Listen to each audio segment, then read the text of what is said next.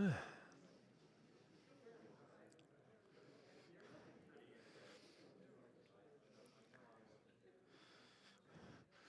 right, good evening, everybody. Thank you for joining us here at the American Philosophical Society. The program is going to be a little different tonight. As you see, we have some additional cameras here. We always have 6 high-def cameras streaming, and welcome to all those who are zooming in tonight to the talk. But we also have C-SPAN with us tonight, and I've been instructed to do all the housekeeping beforehand, then pause, and do a real introduction so it can be on the video. Otherwise, they cut it all down. So I just want to do a few housekeeping things. First off, make sure cell phones are off. The program tonight will be a conversation with Edward Dolnick and myself, for about 40 minutes, and then we can open it up to conversations, both online and those in person here. And I also want to flag a few events that are coming up here at the APS. First, on April the 11th is our museum exhibition opening over in Philosophical Hall. It's called Philadelphia, the Revolutionary City, and this is a remarkable display of documents. It's an exhibition that is curated by the Philosophical Society with contributions from the Historical Society of Pennsylvania, from the Library Company of Philadelphia, and a number of other repositories in the area. How many total? Was it 14 I have in my head?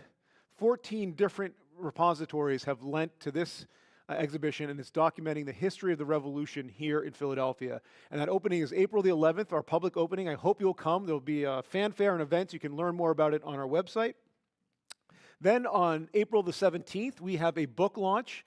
The APS Press is launching its next book. It's called Why the Hindenburg Had a Smoking Lounge. Subtitle is Essays and Unintended Consequences. So that will be April the 17th. And then on May the 6th, we have our garden party. That's I Humbly Beg Your Speedy Answer with Mary Beth Norton. And what Mary Beth Norton has done is she's documented what she believes to be is the first love advice column ever to be printed in the English language. It was in the 17th century in London. I think it'll be a really fun event to hear what some of their questions they had about love and sex and marriage, all in the 17th century, and whether or not it resonates with us still today. And then in June, is it June the 5th? We have Michelle McDonald will be launching her book, Coffee Nation. So mark your calendars. Check out all these things on the website where you can register as well. All right, so now I've done the housekeeping, and now I have to say a pause. Welcome to the American Philosophical Society. My name is Patrick Spiro. I'm thrilled you all could join us tonight. Before we get to our conversation with Edward, I just want to say a few things about the Philosophical Society. I know I have a lot of friends in the audience. Many of you are familiar with what we do, but if you're not, we were founded by Benjamin Franklin in 1743. Our full title is the American Philosophical Society, held in Philadelphia for promoting useful knowledge. And that is really what our mission is to advance knowledge. And we do that in a number of ways that you can see here on the screen. First off, we have elected members. We have the smallest, which is to say the most distinguished and elite group of members who help the society in all of its programmatic activities. These are members who are elected because of a distinguished career, advancing knowledge in whatever field they work in. As you can see on our motto, on our seal, our motto is Nullo Discrimine. We believe all knowledge can be useful, so we have members in every different facet of life that you can imagine. We also convene meetings of members that happen every April and November, and friends of the society at a certain level can attend these meetings as well. And here you'll see a range of cutting-edge research in all different fields, really showing that incredible eclecticism that defines the Philosophical Society.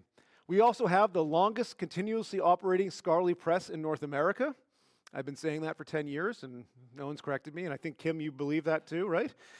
Kim is our director of our press. We continue to publish books, journals. We also have a research program that provides over 300 research grants a year. About 50 of those come here to the Philosophical Society to conduct research in our library, but we send around 250 researchers into the field on all 7 continents of the world, conducting, again, cutting-edge research. And many of those that we support are early career scholars, really at the forefront of the future. And finally, we have a library and museum. That library has now amassed a collection of over 14 million pages of manuscripts. And we have an incredible museum and philosophical hall that has welcomed up to 200,000 visitors a year. And I hope you all will come to our next exhibition, Philadelphia, the Revolutionary City. But without any further ado, it is my great pleasure to introduce my conversant tonight, Edward Dolnick. Edward is the former chief science writer at the Boston Globe. He has written for The Atlantic, the New York Times Magazine, and many other publications. He's also the author of numerous books. I have a long list here. Madness on the Couch, a critical look at Freud's legacy. The Rescue Artist, a true crime account of the theft of the Scream. And I could go on, but we are here tonight to hear about dinosaurs at the dinner party. So if we could have a conversation about that for about 40 minutes, and then we'll open it up to audience Q&A. So thank you for joining us, Edward. Oh, terrific. It's a treat for me. Yeah, well, it was a treat for me to read this book, and I can't tell you how much of this book resonated with the Philosophical Society's history and what we do. First off, I was really pleased to see at least 3 citations of APS Press works in your bibliography. And then in terms of our own history, we funded what was the first successful excavation of a mastodon by Charles Wilson Peale in 1801. And then in Philosophical Hall, which was Peale's museum, was the first time a prehistoric mammal was mounted, I believe, in the United States. So that happened here at the APS. And then we have an incredible rich collection documenting kind of the history of paleontology here, beginning with Jefferson, but going all the way up into the 20th century. So this book really resonated with so much the society has done and continues to do. So I want to begin with reading your book. What I never fully grasped was how dislocating the discovery, if you will, of dinosaurs were to 19th century society. I mean, it upset fundamental questions and ideas about time, about the Earth's history, about humanity and its place in general. I mean, the dinosaurs were one of the great disruptors of the 19th century. So I don't know if you could take us back to the world before dinosaurs created all these challenges for thinkers. How did people imagine the natural world before dinosaurs? Well, it's a terrific question, and it was a big surprise to me. And what started me on this book is that the discovery of dinosaurs came late. It was pretty much 1800. And what you see is the smartest people in the world finding these enormous bones and being bewildered by what they were. So what was so intriguing to me is you had these brilliant people beating their heads against the wall, unable to come up with an answer that any 6-year-old today would say, wait a minute, that's not so hard. I'll tell you all about it. So that was the question. How could it be that it took so long and was so puzzling? And the reason it's called Dinosaurs at the Dinner Party, well, there were a couple of reasons. One was that it's meant to convey that this book this won't be homework. It will be fun to read. But part of the dinner party notion is that the natural world in 1800, which is about when dinosaurs first turn up, was a cozy place. Deers bounded, birds flitted through the sky. Everything was lovely. The world, people thought, was a kind of diorama.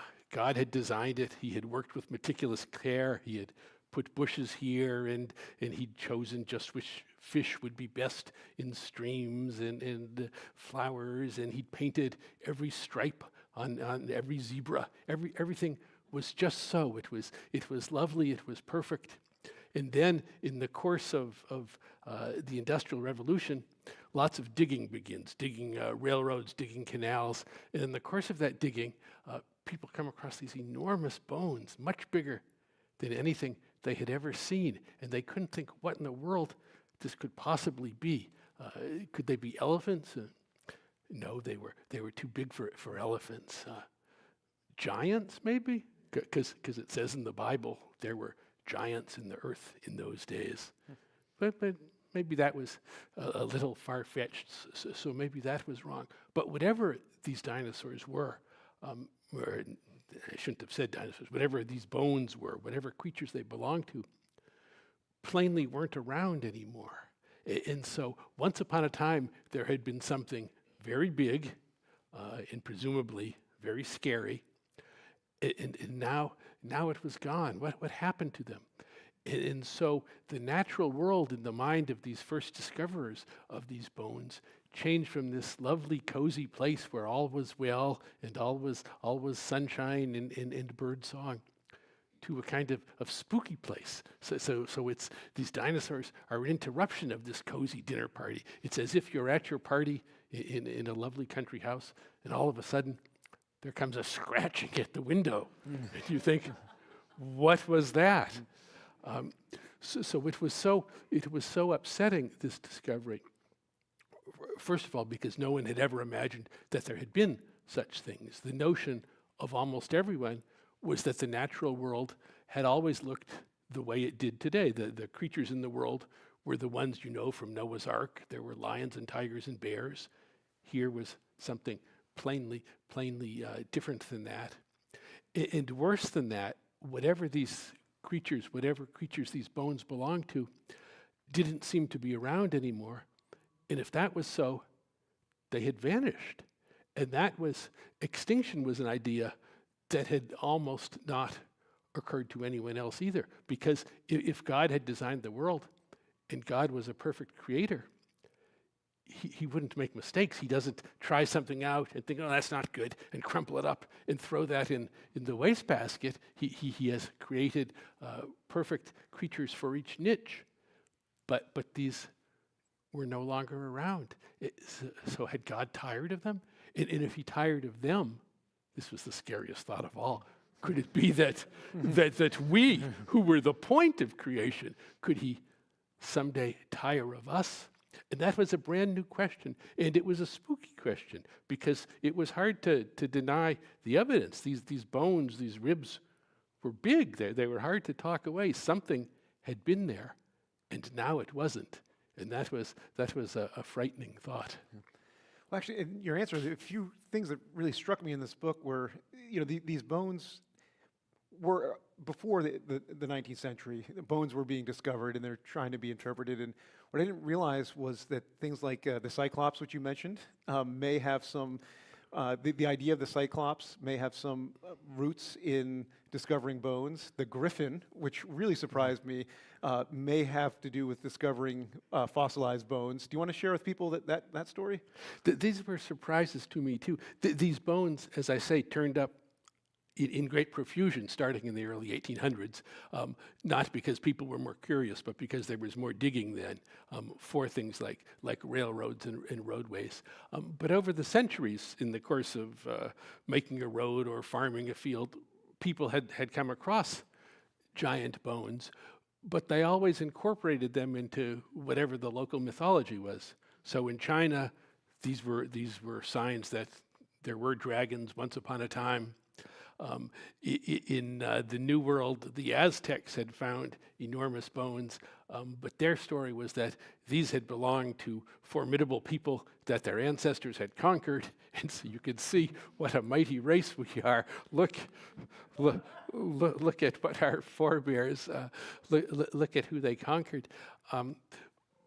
But this business of Cyclops and Griffins in Greece, there were in ancient Greece, there was some kind, evidently, of prehistoric elephants, smaller than present-day elephants, that had lived there. And if you have ever seen the skull of an elephant, they have a curious look. Our skulls have the two big eyes in the front and the hole for the nose, but the skull of an elephant is actually a more peculiar thing. The eyes, you'd have to know a little bit to find them. They're around the side, toward the back. And what you see if you look at an elephant skull is a giant hole, front and center, which is where the trunk attaches. And so there's a brilliant a woman who's both a classic scholar and a paleontologist at Stanford, who has studied these ancient skulls. And what she has found is that the places in Greece where these skulls were found, the places that had the best most detailed records of cyclopses and stories about them were also the places where these peculiar skulls with the giant missing hole had turned up in the first place. And nobody knows which came first. Do you have the mythology, and then you happen on one of these skulls and you say, "See, I was right all along," or do you find this strange skull with the single hole in the center, and from there, someone clever invents the myth? No one knows. And the story of griffins, who are these mythical beasts, half lion, half eagle, seem to be also an early attempt to make sense of some strange hybrid skeletons. So what happened in the 1800s? It wasn't that this was the first time giant bones were found. It was that this was the first time giant bones were found in an era when people said, we have to come up with something more persuasive than dragons or formidable giants in the past. What's really going on here? And so it was as recent as that. These early Victorian scientists tried to say, let's do better than myths. Let's see if we can figure out where these bones came from. Yeah, and a lot of these bones come from the cliffs in England. England itself plays a really large role. I don't know if you could share with us how bones, fossils are actually created. They're actually not bones. I don't know, you detail the process here. I don't know if you can share with us how fossils are actually created. Well, this was a great mystery at the time. No one was quite sure what fossils were. They looked a lot like relics of the natural world. They looked like seashells or ferns or something like that. But on the other hand, seashells and ferns weren't made of rock, so it was hard to sort out how that could be. And if you think about it, if you had as your career ambition to become a fossil, it's actually a terribly hard job. Much easier to become an actor or a classical musician or something.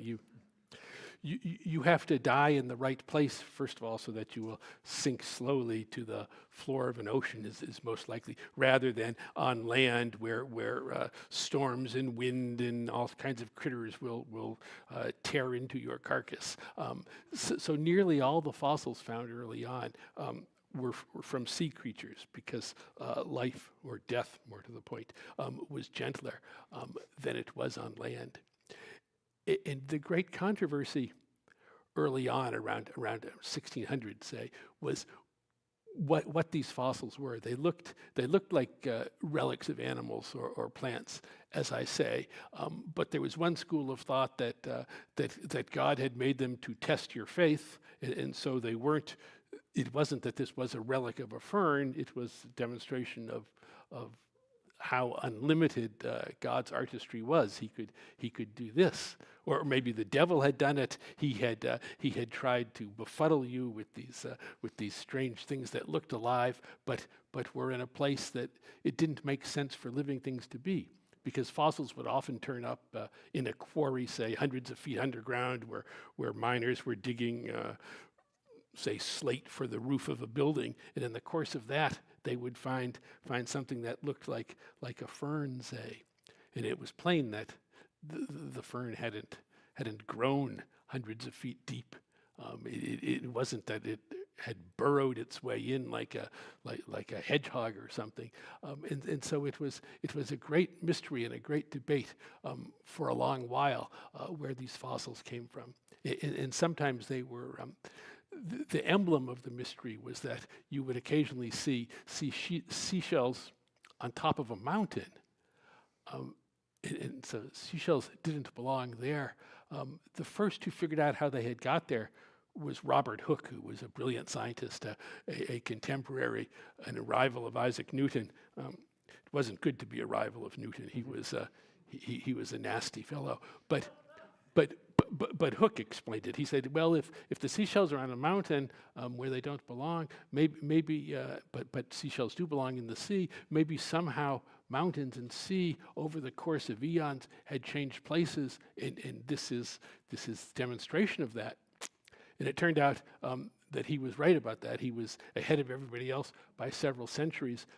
The much more common attitude was Voltaire, who was a great admirer of science and a brilliant fellow.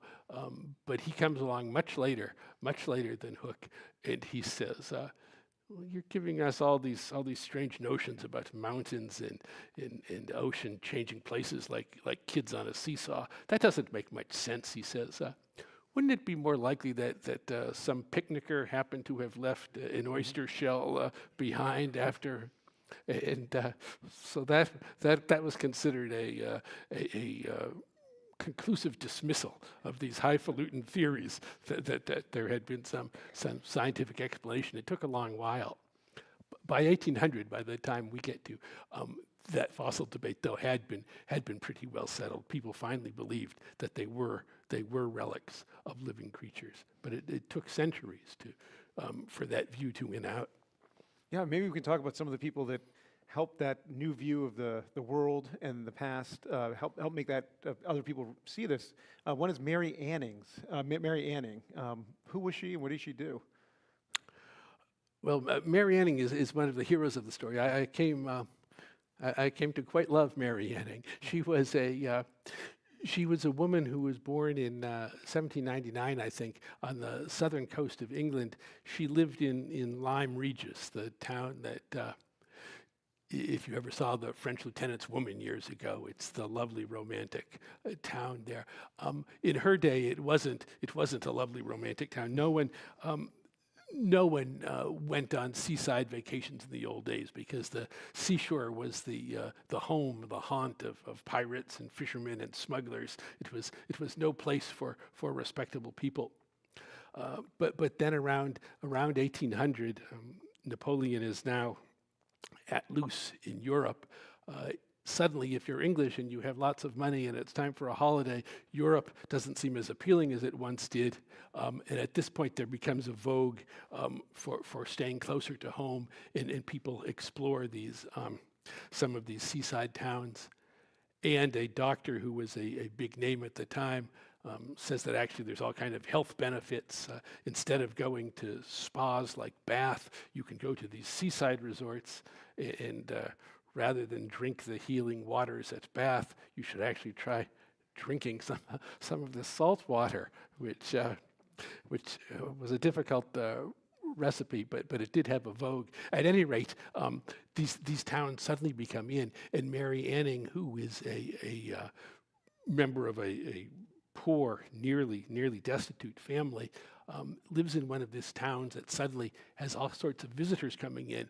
And she and her father are able to eke out a living by selling tourists these strange things that they've found after storms, mostly in the cliffs that you see on the edge of town.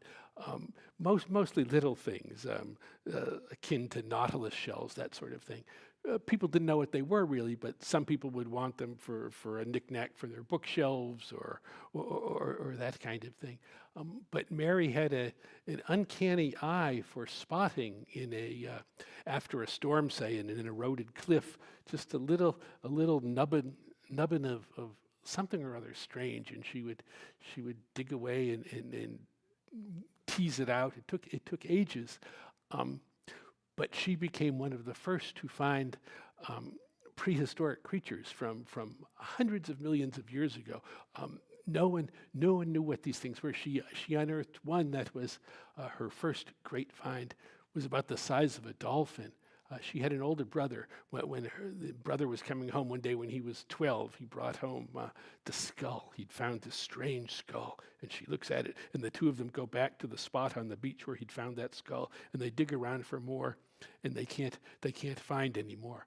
But she persists, and over the course of 2 or 3 years, she finally finds the rest of the body. It wasn't far from the skull, but it was several feet away and several feet down in the ground as well.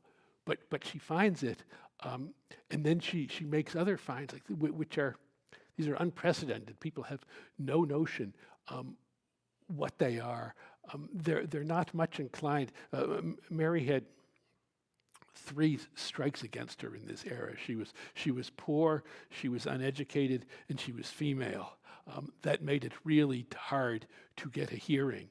So what she would do, she had begun by selling knickknacks, the little shells she found, but now that she had made this amazing find, people would actually come to see them, and now some collectors would buy them, and they would pay a good deal. So Mary, whose family was on the equivalent of welfare, all of a sudden they would sell one of her finds, and for 6 months or so, the family would have enough food.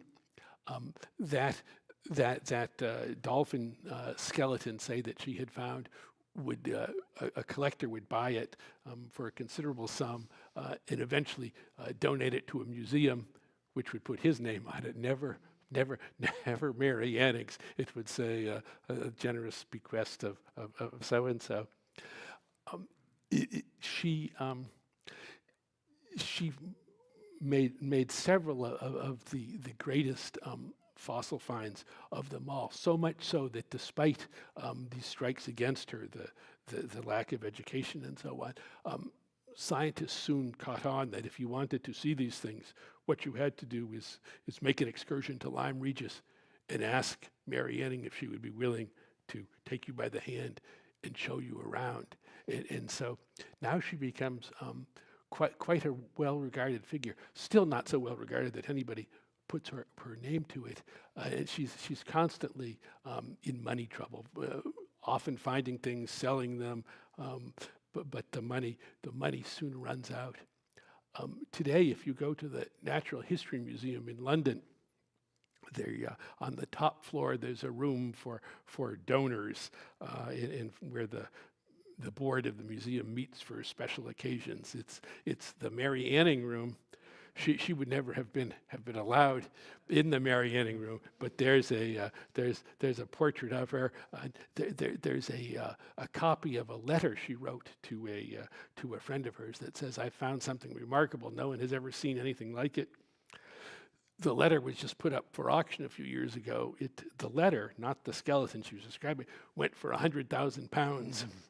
But Mary never saw anything like that. But she was formidable, and she kept a diary. She wrote in it that these men of science, he said, have sucked me dry and never given me any credit. So I liked her. She was not only capable, but this marvelously feisty thing. But as I say, passed over. But one of the great heroes of the fossil story. She had a knack that no one ever matched for knowing where to look and what to find. If I remember right, did the Royal Society acknowledge her as one of the greatest scientists of the modern era, or something along those lines? Yeah. They. She has come into her own lately. The Bank of England decided that they were going to put a scientist on. I think it maybe was the 50-pound note. I can't remember which. They started with a list of 1,000 names, and Mary made it down to the final 12. In the end, they chose Alan Turing himself, which not a bad choice, but maybe appropriate that Mary, who all her life was scrounging for money, would in the end be done in by the bank. But people had thought, and the museum, the Natural History Museum in London, in fact, has on a couple of their walls a quote that they attribute to Mary Anning. She sells seashells by the seashore. Well, supposedly that was Mary Anning who.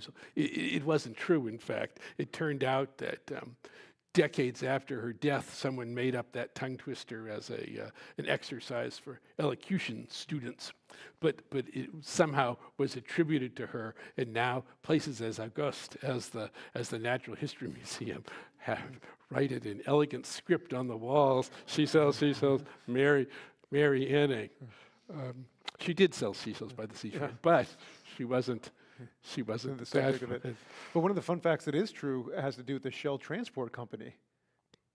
Yeah, one of the things that's peculiar about this era, the book is about from 1800 to 1850 or so. Darwin comes along.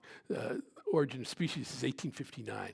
So this is just before Darwin, and none of these people know, as they talk about their diorama that God built and God did everything perfectly, none of them know that working away in quiet, a country gentleman is assembling a bomb that's going to blow all their tidy theories sky high.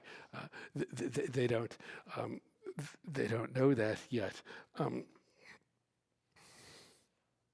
So tell me why I was saying that. Well, I would say it was a minor tangent that I wanted. The Shell Transport Company is actually the Shell Oil Company, right?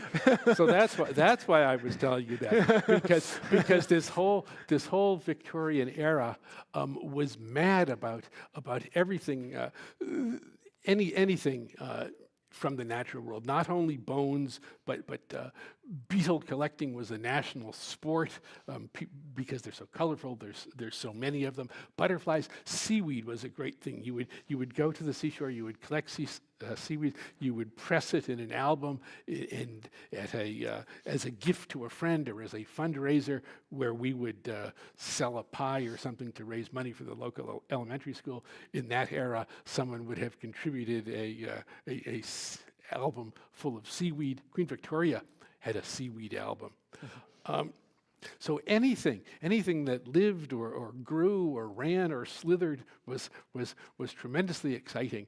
And one of the things that people collected were seashells because they were pretty, and if you would go to the beach, you might find them. And by way of showing just how crazed this society was for any kind of natural history knickknack, there was a couple in the East End of London, which was the slums in those days, who would work and collect seashells of various sorts and put them up for sale, and people would buy those and they would put them on the mantelpiece at home or something. And then this couple, the seashell sellers, would get more ambitious, and they would take lots of shells and they would glue them on a little music box or a jewelry box or something like that, and people would buy that. And then you would buy, you could choose different arrangements of shells. You could have them around a mirror, or this became tremendously popular. People really snatched up these shell souvenirs, and the couple, this East End couple who had been selling them, did better and better. They expanded more and more. Now they wanted, they would hang out at the docks, and when sailors came back from far-fetched places, if they had happened to buy or see a shell in someplace exotic, like the Philippines, a kind that you didn't see in England, our seashell buyers would buy those and mark them up and put those for sale. Soon they became the Shell Transport Company was their name, because these shells came from all over. Finally, they sold out, but shells were still the big part of their business, although they had branched out so much that the company still exists today, but now it's Shell Oil. That was the founding of the fortune, was these eager Victorians buying seashells for their mirrors. Yeah, I thought it was just an unbelievable fun fact when I was reading it. So getting back to the story of the dinosaurs, they're working within a paradigm that thinks that the Earth is only 6,000 years old. They're focused on the idea of evolution. Even extinction doesn't exist. So can you talk about some of the theories people had about what these bones meant? And in particular, could you talk about the guy over your shoulder, Thomas Jefferson, and the role he plays in this story? So Thomas Jefferson does come into our story. It was, if you had been here 127 years ago, I think, you would have had a much more distinguished speaker than either of us. Here's Thomas Jefferson talking about a marvelous thing. He was tremendously interested, in everything under the sun, but in fossils and prehistoric creatures of all sort. And there was a notion at this time, America, when it comes to science, is still kind of a backwater place. All the action is in Europe in this era.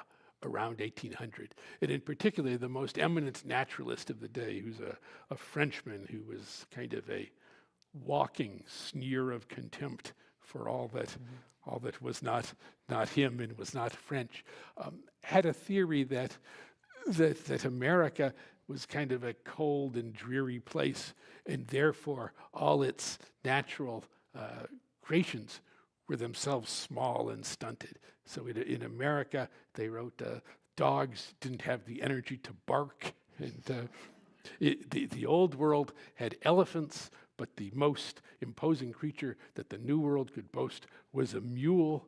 That was how terrible life was in this cold, wet, clammy climate.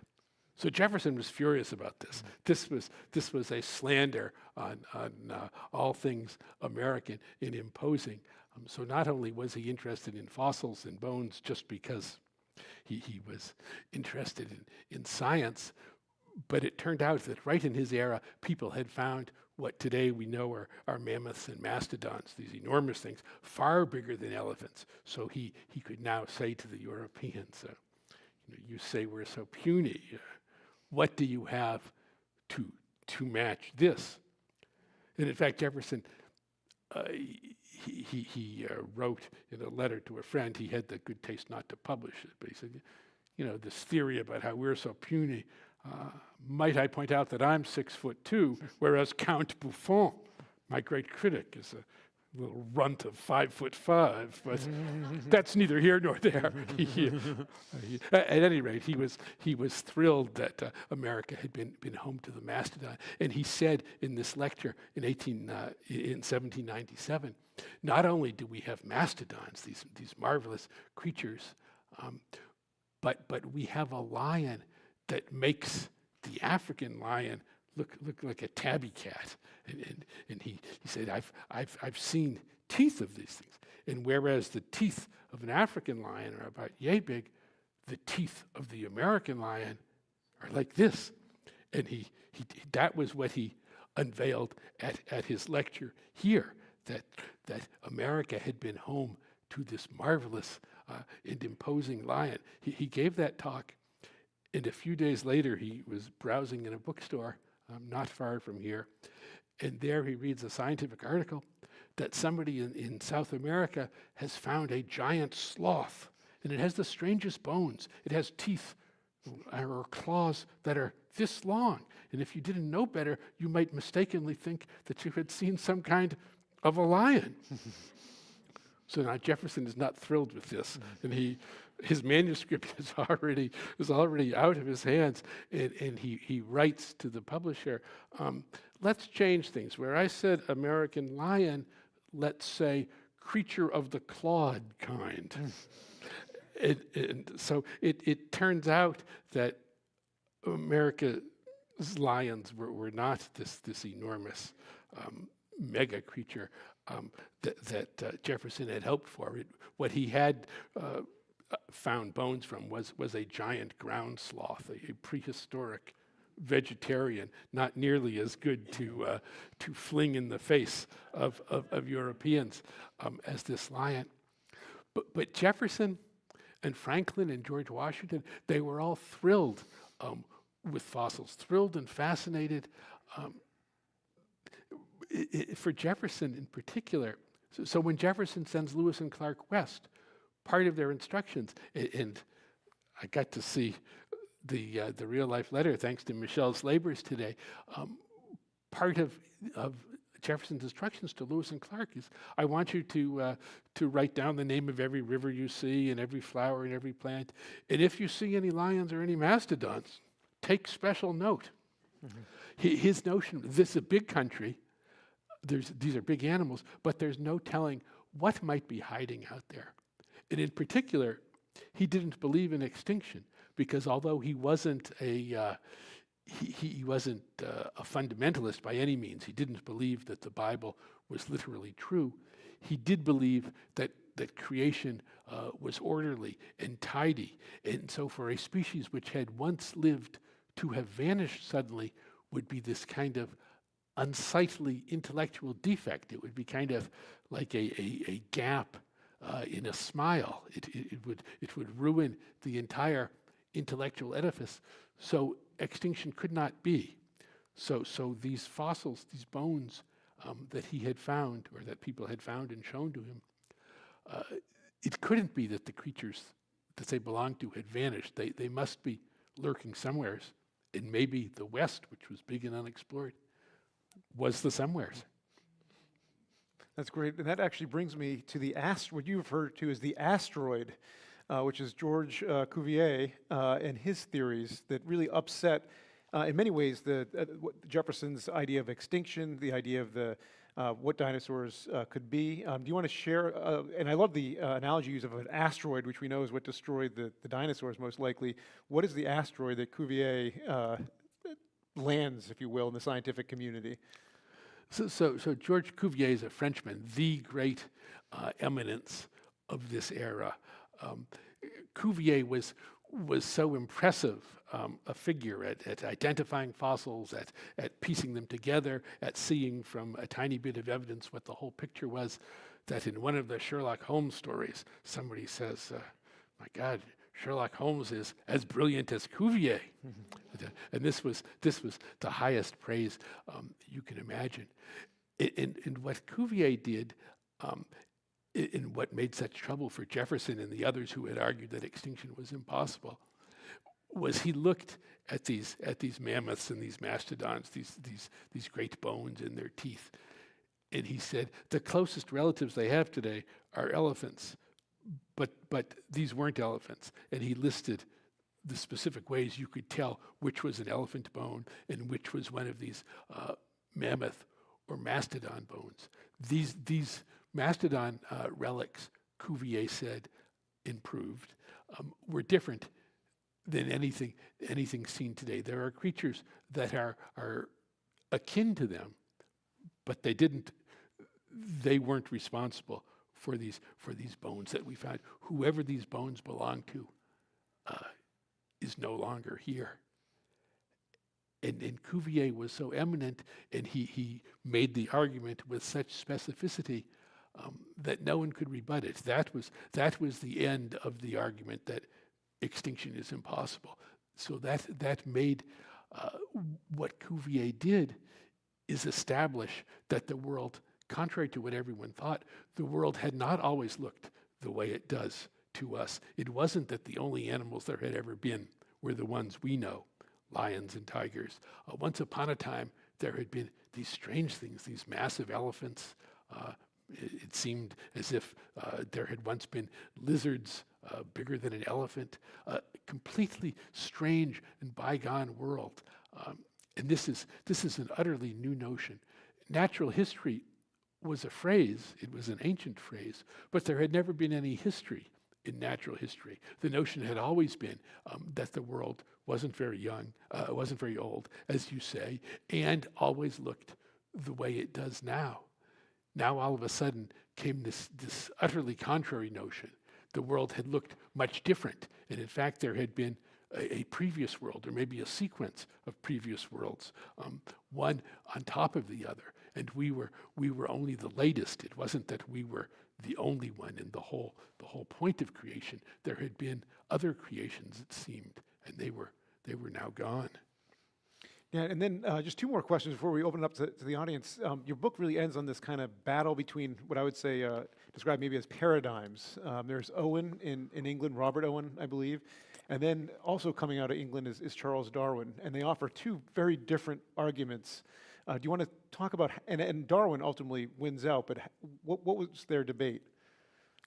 So in the first half of the 1800s, the most famous scientist in England was a fellow named Richard Owen, a brilliant, cantankerous, impossible fellow. He accumulated enemies by the score. He was brilliant, but insufferable, terribly vain, terribly argumentative, always eager to pick a fight. Tall, skinny. He looked like Ichabod Crane. Someone said actually that Unfortunately, as he grew older, he grew to look more and more like the fossils that he'd studied. He had these deep sunken eyes and an immense high forehead and skinny as a stick and very tall. And if you buy your book afterwards, which everyone should, there are photographs in there to document that. But what Richard Owen believed, it was actually hard to sort out exactly what he believed. One historian said that his prose was difficult at best and incomprehensible at worst. So it takes some deciphering. But what he thought was that he believed in a kind of evolution, but it wasn't Darwinian evolution with survival of the fittest and nature red in tooth and claw. It was a kind of unrolling and unfolding, which is the way we still use the word evolution in ordinary speech. We say, my father was insufferable, is such a bigot, but he's evolved over the years. And that's how Richard Owen thought of the natural world. Once upon a time, there had been slugs and snails and worms, and then along had come slightly more impressive creatures, mice and hamsters, and then had come along horses and deer, and now with the flourish of trumpets at the end, had come us. And Darwin. So Richard Owen says this all through the middle decades of the 1800s. Darwin, Origin of Species, is 1859.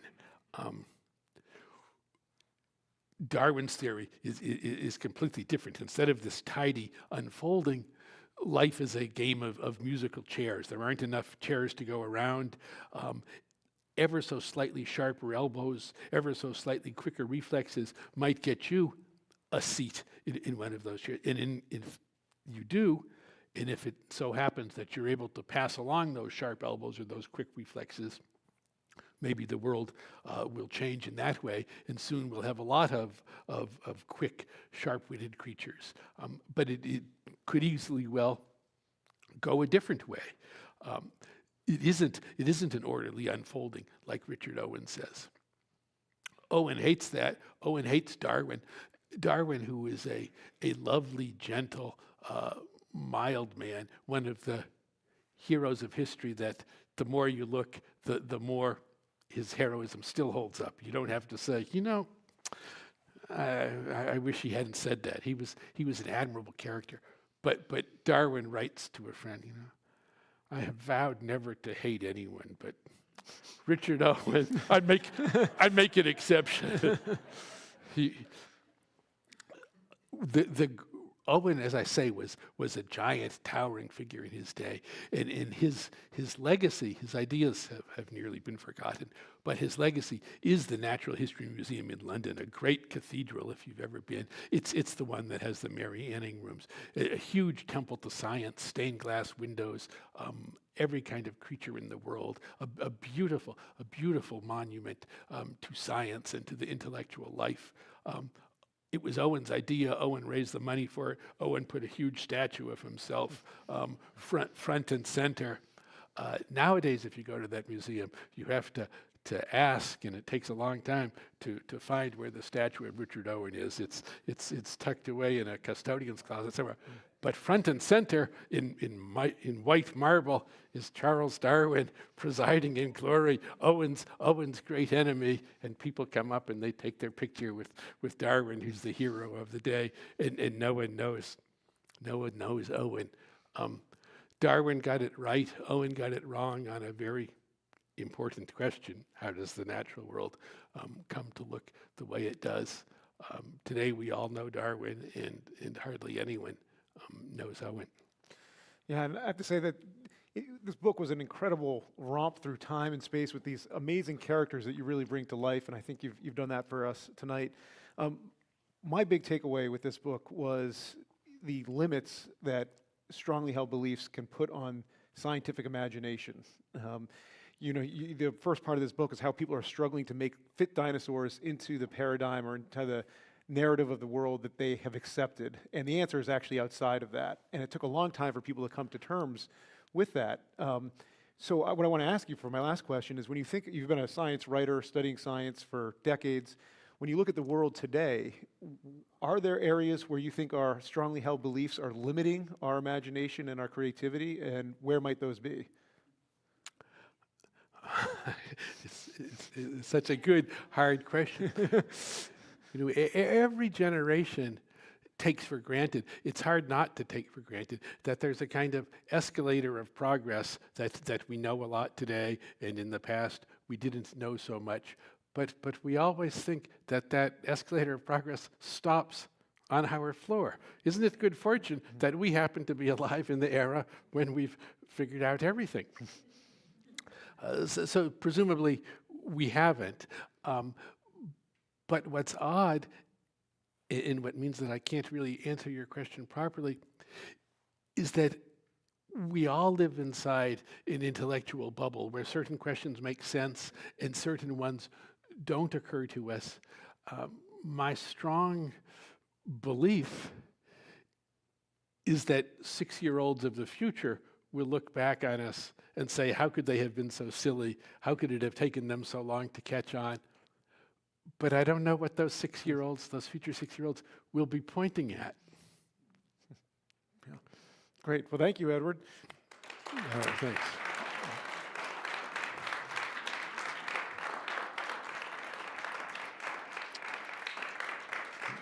I think we have time for a few questions, if there are any from the crowd. Yes. Oh, hold on. We've got people online in C-SPAN. Yeah. Thanks for that. Really interesting debate. I wondered whether you use any instances in your book when dinosaurs literally were at the dinner table, or I'm thinking of the events at Crystal Palace in the 1850s. The dinner table was literally inside the dinosaur. That's a wonderful story, and It's in the book.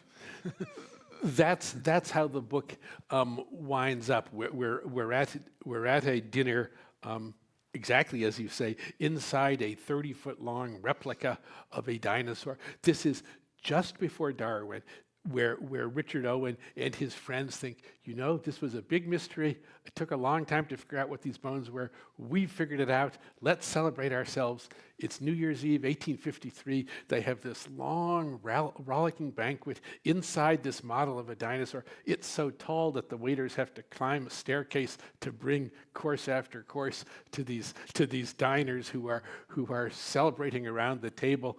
Richard Owen is at the head of the dinosaur and at the head of the table, and the songs and the drinking and the toasting goes on so long into the night. It's New Year's Eve, but the party starts at about 4 in the afternoon. At midnight, they're still at it, and they kind of toddle home, considerably the worse for wear, but very pleased with themselves. They've figured out this evolution business. They know all about dinosaurs. Very soon after, Mr. Darwin will come along and explode that complacency. I believe also at the APS they may have had a dinner party in the Mastodon when Humboldt visited the Philosophical Society. Oh, is that so? Yeah. Oh, I didn't know. Oh, how wonderful. Yes. Great. Yes, sir. Good evening. Thanks for coming out. Question for you. Did you come across any a sacred truth maybe you held since childhood and in your research and say, wow, I'm surprised that that's not the way it went, or did anything surprise you in your findings? Well, the big surprise, as I say, was that this was a news story. I had been like every other 6-year-old. I had little plastic dinosaurs, and I probably had dinosaur pajamas, although I can't remember. I know I liked to draw them. And it only recently dawned on me that at some point, at most points in history, no one would have known what I was up to with those little creatures in those strange drawings. That you always read how Leonardo da Vinci had thought of everything, and Galileo and Ben Franklin. And it's true, they had thought of nearly everything. But they hadn't thought of this. They hadn't thought of a bygone world with these strange, slithering creatures. I had taken for granted that what I knew, everybody had always known. I should have known that was wrong, but it took me a long time to learn it. Yes, sir. The talk was very interesting, thank you. I know that you're not an ethicist or a futurist necessarily, but the concept of they started, it took really a very short time, 60 some odd years to go from the dinosaur tracks in New England to Charles Darwin. As a function of the construct that they existed in, you can't really call them science deniers, but as a metaphor for some attitudes that exist in the world today, do you ever see a time when that concept of science denial might go by the wayside? Well, let's hope. What's strange about this story is that there have been eras when science and religion did clash. Galileo versus the church is a correct story. The way it's told is roughly right. What was surprising about this is that the scientists and the religious people were not at odds. They were the same people quite often. A lot of the scientists that we talk about were not only devout, but were clergymen.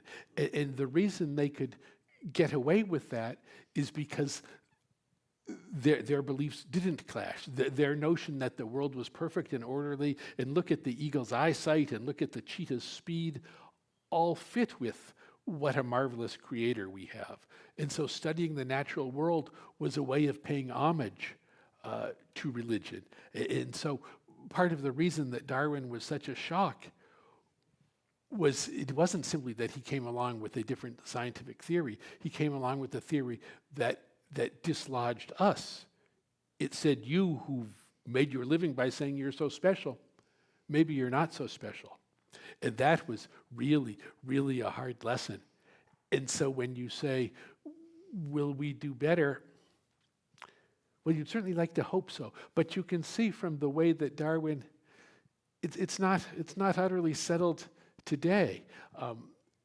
Because I think this notion that we're not the point of it all is a hard lesson for us. It's psychologically hard, it's intellectually hard. So if we'll be able to learn our lesson, to say let's take a longer view, well, I hope we will, but it's a hard question. Yes. If I could follow up on that while this is getting down there. If you want to share, what also surprised me in this book is how late the word dinosaur itself was coined. It did come very late. It was 1843. It was, in fact, our man Richard Owen, this malevolent but brilliant fellow, who saw it. And what he said was that I found a collection of bones here and a collection here and a collection here, and they don't seem to have anything in common, but actually they have something terribly important in common. And what they have in common was that there was a category of prehistoric creature that no one has ever called attention to, no one has ever recognized, and they deserve a special name, special recognition. He was right about that. As difficult a character as he was also a brilliant fellow, and he made that nervy call that based on only 3 cases, I see a whole new category in the world. He made that call and he got it right. Great. Last question. Darwin had to tiptoe around a bit because his wife, of course, was highly religious and was quite upset by some of what he was suggesting. So the clash between religion and science in that context was actually within Darwin's own family. But I've just been reading a book that tells us that Darwin's great-grandfather actually discovered dinosaur bones in England but had no idea what they were.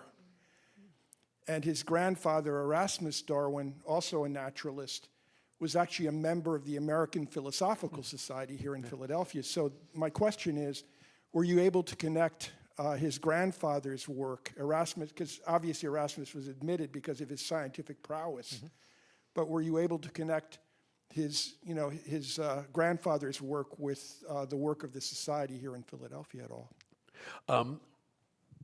I wish I had. I didn't. My story was mostly a story set in England because that's where most of these early discoveries were. The story you tell about Darwin and his wife, though, is this marvelous, poignant story. Darwin, over the course of 20 or 30 years, is working on the origin of species, and now he's got to the point where he's pretty sure he's got it right, and he writes to a friend of his. He says he's going to unveil his theory at some point, and he writes, "It is like confessing a murder." He knows that the world is going to come down on his head, and he writes in a letter. You can tell me. I believe found after his death that his wife had pleaded with him, if what you've been working away on all these years, if it looks as if it's going to undermine religion, please don't go there. It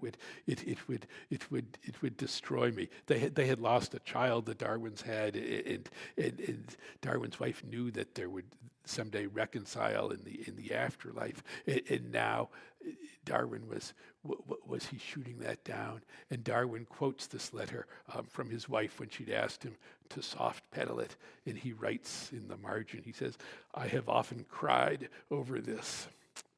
So it is a terribly personal debate for him. He too is fighting the hold of religion on our psyches, on our intuition, with this notion that the evidence just seems different than that. Great point to end on. So thank you again, Edward.